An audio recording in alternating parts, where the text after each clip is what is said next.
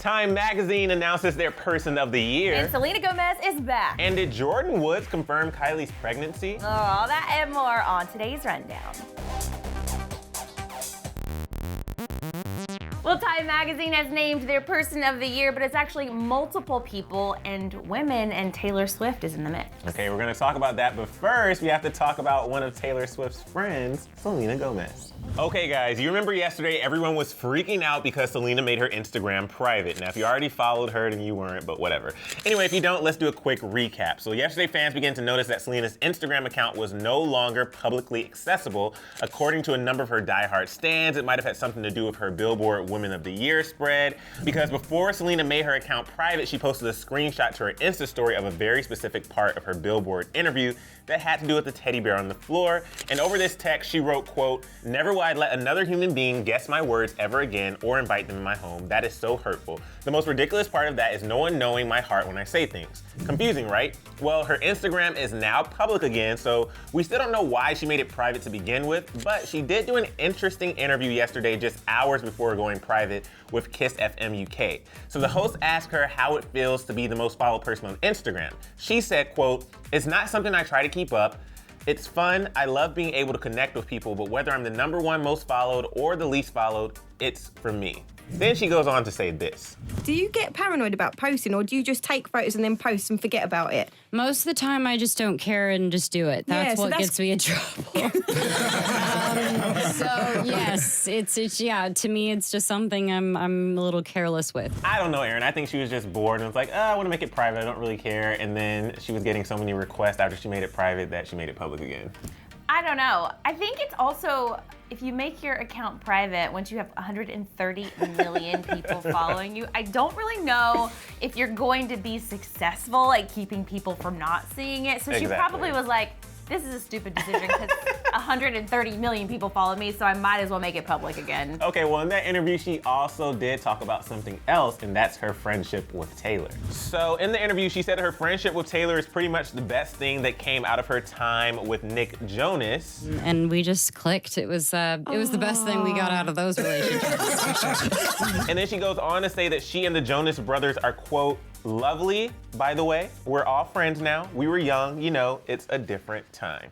Well, Kylie Jenner has yet to announce that she is pregnant, and Emil counted, you guys, himself. It's been 75 days since the news broke that she might possibly be pregnant, and we are waiting in so much anticipation. But today, her best friend Jordyn Woods might have just confirmed this.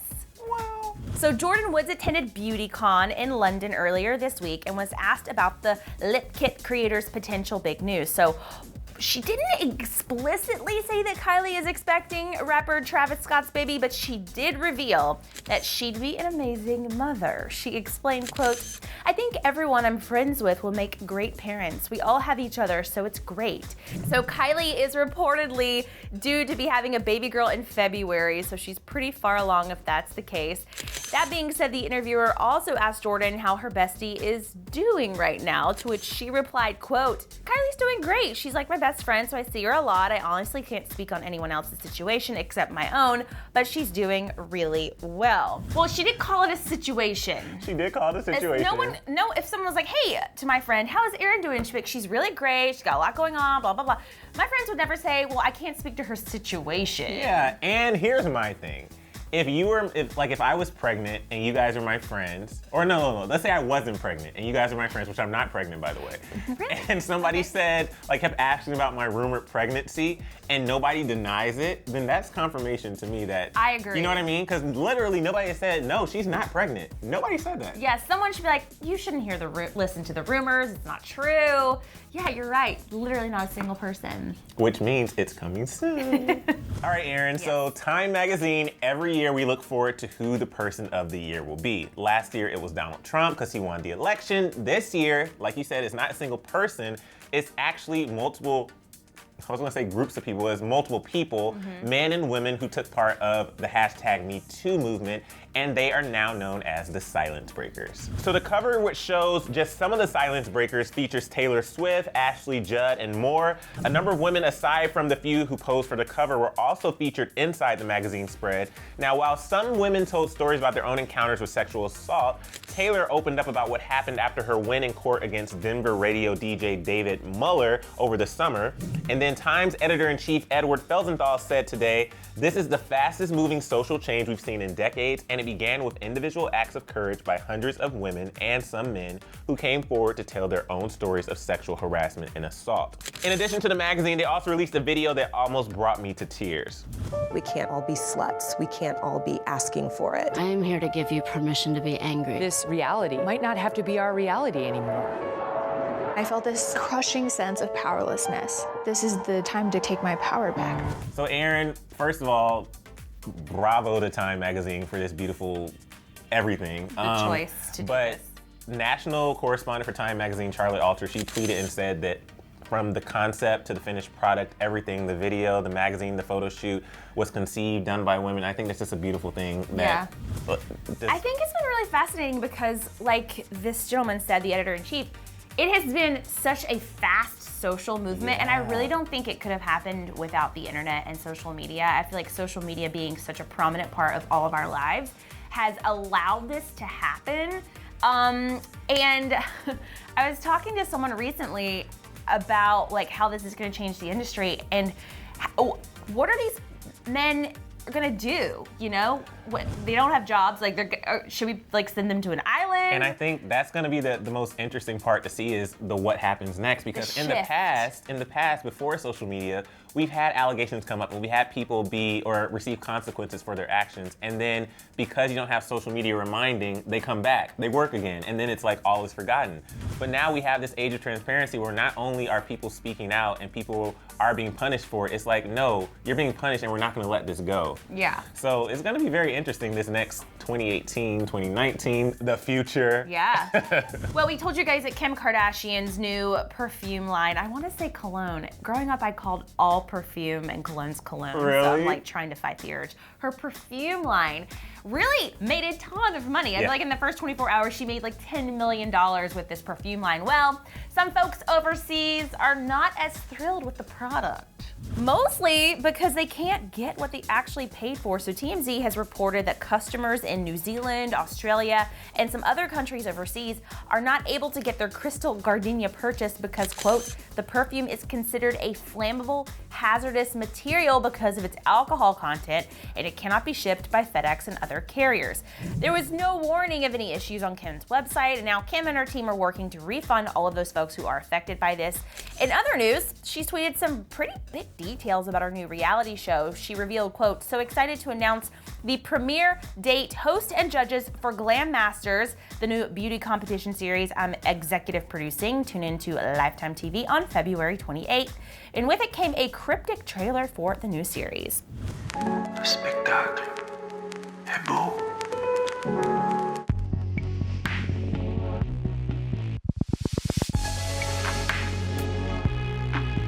While Kim is executive producing, Orange is the New Black star Laverne Cox is going to be playing host, while YouTube's very own Candy Johnson will serve as a judge, alongside Kim's makeup artist, Mario, and the co-founder of Milk Makeup.